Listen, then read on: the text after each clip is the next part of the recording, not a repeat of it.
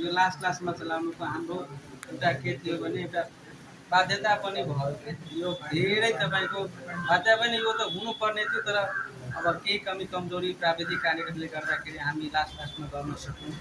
यसको लागि हामी चिकित्सालय परिवार सबैलाई म धन्यवाद दिन चाहन्छु सबैको सहयोगको लागि। यो खास गरी स्वर्ण प्राशन बिन्दु प्रदेशले यो जति पनि नेपालमा छ प्रदेश अन्तर्गत मध्य प्रदेश नै सञ्चालन गरेको हो। अन्य चिकित्सालयहरू कुनै कुनै प्रदेशमा एउटा सिङ्गल रूपमा थियो, र समग्र 8 जिल्लामा सञ्चालन गरेको पहिलो प्रदेश चाहिँ मध्य प्रदेश। अब केही त्रुटिवश हामी चलाउन सक्यौँ लास्ट इयर, यसपालिदेखि अब हामी कन्टिन्यू गर्छौँ। यसमा हाम्रो सङ्घीय बजेट पनि छ, प्रदेशको पनि बजेट छ, तर यो प्रदेशको अलिकति अब यो 8 मन्त्रालयले बजेट रोका गरेको कारणले पनि हामी अलिक ढिला भयौँ यसमा। त्यो सँगसँगै यो कार्यक्रमको बारेमा अब धेरै कुराहरू हाम्रो डाक्टरले भनिसक्नु भएको छ। प्रशिक्षणको क्रममा हामी अझै कुरा बुझ्नेछौँ। यसको उद्देश्य के छ, हामी यसलाई किन खुवाउँछौँ, यसको साइड इफेक्टहरू के हुनसक्छ, त्यसपछि कसरी निर्माण गर्ने, कति बेला खुवाउने, कुन उमेरसम्मलाई खुवाउने, यो सबै कुरा हामी गर्छौँ। हुन त यो काश्यप संहितादेखि चलिआएको परम्परागत रूपमा चलिआएको कार्यक्रम हो, तर फर्मली रूपमा भारतमा वर्षौँदेखि, जस्तै मैले गरेको एमडी गरेको कलेजमा उहाँहरू प्रत्येक आफ्नै लगानीमा, कलेजको आफ्नै लगानीमा विभिन्न पालिकाहरूमा हस्पिटलहरूमा यो कार्यक्रम सञ्चालन थियो। अब यसैलाई अब यहाँ नेपालमा पनि 2-4 वर्षदेखि, डाङमा धेरै पहिलादेखि थियो, यो मध्य प्रदेशमा 2 वर्षदेखि यो सञ्चालनमा छ। र यसले सकारात्मक बच्चाहरूलाई, खास गरी बालबालिकाहरूलाई, जसलाई चाहिँ प्रत्येक पटक हुन्छ रुगाखोकी लाग्ने, इम्युनिटी पावर कम हुने, ग्रोथ नभइदिने होइन, अटिज्मका अहिले धेरै प्रकोप बढिरहेछ होइन, यिनीहरूमा चाहिँ यसको धेरै राम्रो सहयोग हुन्छ। र यसमा चाहिँ हाम्रो महिला स्वयंसेविका दिदी बहिनीहरूलाई र स्वास्थ्यकर्मीहरूलाई अब हाम्रो जनतासँग जोड्ने उहाँहरू माध्यम हुनुहुन्छ, त्यसमा सहयोगको अपेक्षा राखेको छौँ हामीले। र हाम्रो प्रचार प्रसारको जो मिडियमहरू छ, पत्रिका, एफएम या जेमा हुन्छ नै, त्यो सँगसँगै हामी जनतासँग कसरी जोड्न सक्छौँ उहाँको ठुलो भूमिका हुन्छ। र अन्य जस्तै अब आउँदो आर्थिक वर्षमा हामी चाहिँ अझै राम्रोसँग हामी प्रस्तुत गरेर काम गर्ने प्रतिबद्धता जनाउँदै यो हाम्रो उद्घाटन सत्रको पहिलो चरणलाई हेर्नु हुने यस वडाका वडा अध्यक्ष श्री पुण्य प्रसाद यादवजी, विशेष अतिथिको रूपमा प्रादेशिक आयुर्वेद चिकित्सालय कार्यालय प्रमुख एवं स्वास्थ्य पनि हुनुहुन्छ र आजको प्रशिक्षक पनि हुनुहुन्छ डाक्टर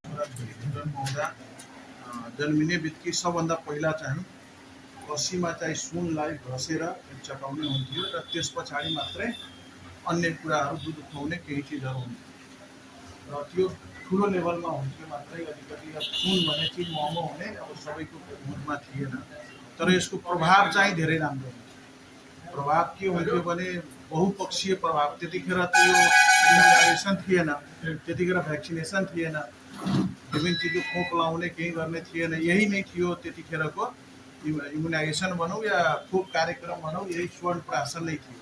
यही खुवाएपछि बच्चाहरूमा रोग प्रतिरोधात्मक क्षमता बढाउँथ्यो, बच्चाहरूको पाचन शक्ति बढाउँथ्यो, बच्चाहरूको स्मरण शक्ति बढाउँथ्यो र समग्र स्वास्थ्यमा चाहिँ वृद्धि गराउने चाहिँ काम गर्थ्यो। त्यहाँ चाहिँ भनेकै छ, अघि हाम्रो साथीले चाहिँ यसको उद्घाटनकै बेला मलाई त्यो स्लोगन याद छैन, तर उहाँले भन्नुभयो त्यसमा के गुणहरू छ, स्वर्ण प्राशनबाट के फाइदा हुन्छ त्यसको बारेमा भनेको छ।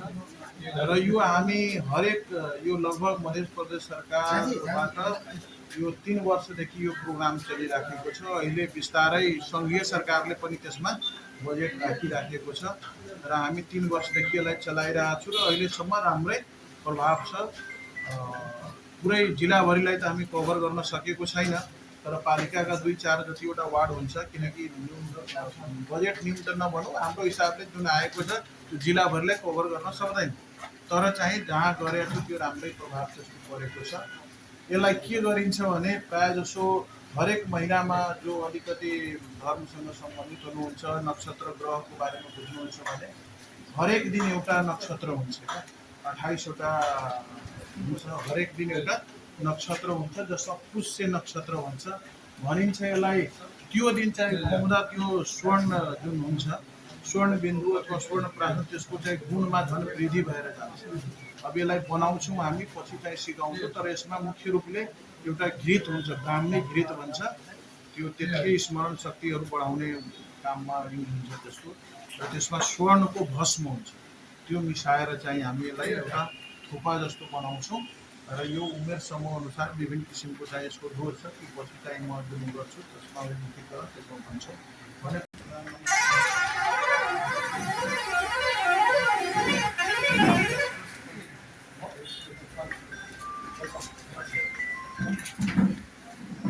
पहिले परम्परादेखि आइरहेको थियो, बिचमा अलिकति ग्याप थियो।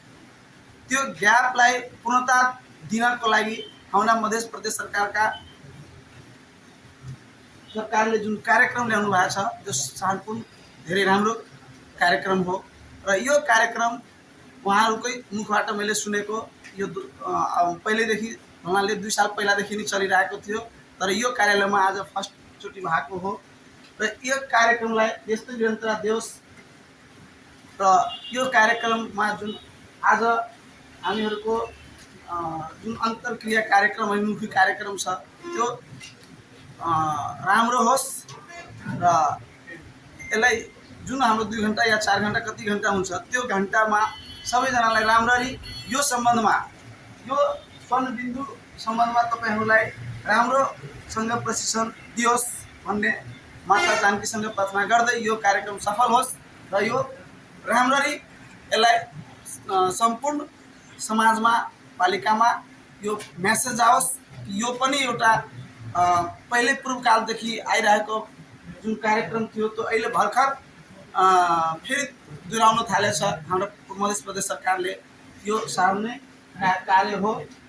र यो अभिमुखी कार्यक्रममा हाम्रा प्रशिक्षकज्यू म पनि सुन्ने इच्छा राखेको थियो, तर मलाई अर्को काम भएकोले तपाईँहरू राम्ररी सुनिदिनु होला। र यो प्रशिक्षकज्यूसँग तपाईँहरू राम्ररी जति उहाँसँग ज्ञान छ त्यो सबै लिएर जानु होला भन्ने शुभकामना दिँदै हेर्नु हुने यस वडाका वडा अध्यक्ष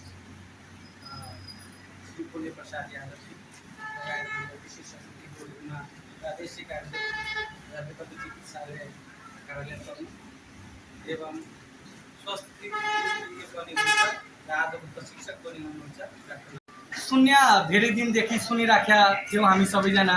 तर यहाँ अब आज यसपालिदेखि चाहिँ स्टार्ट भइरहेछ।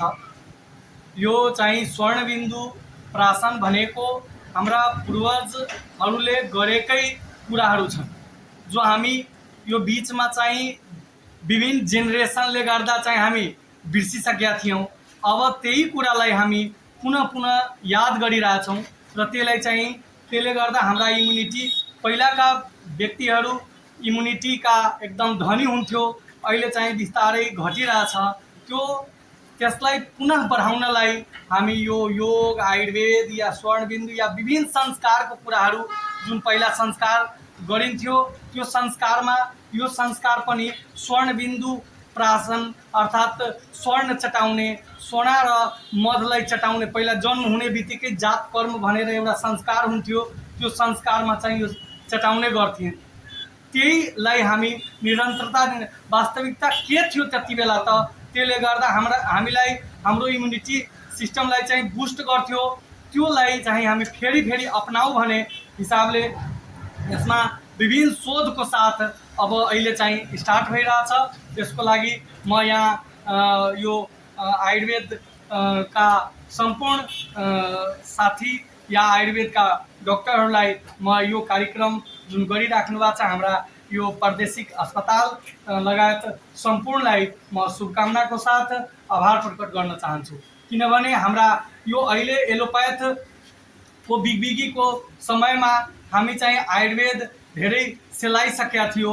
अब बिस्तारै हामीहरू जब सबै चाहिँ एकजुट भएर एक हिसाबले चाहिँ गर्न थाल्यो, अब हाम्रो अहिले समाजको पनि चाहत भइरहेछ आयुर्वेद अपनाऊ। किनभने एलोप्याथले हामीलाई धेरै समस्या गर्दो रहेछ। मात्र एलोप्याथ भनेको अब नसर्ने रोगहरूलाई हामी कसरी ठिक पारौँ भने त्यसमा चाहिँ रोगै नलागोस् त्यसको लागि हामीलाई के गर्नुपर्छ हैन, योगा आयुर्वेद यो सबैले अपनाऊ, होमियोप्याथीलाई अपनाऊ भन्ने हिसाबले यहाँ आयुर्वेद तथा वैकल्पिक चिकित्सालय अर्थात् वैकल्पिक व्यवस्थाहरू पनि अपनाएर हामी शरीरलाई स्वस्थ र समृद्ध बनाउन सक्छौँ भन्ने एउटा उद्देश्यका साथ यो विभिन्न कार्यक्रमहरू चाहिँ हामी ल्याइराखेका छौँ। अहिले यो स्वर्णबिन्दु प्राशन कार्यक्रमको यो सफलता पाओस् भन्ने कामनाको साथ म आफ्नो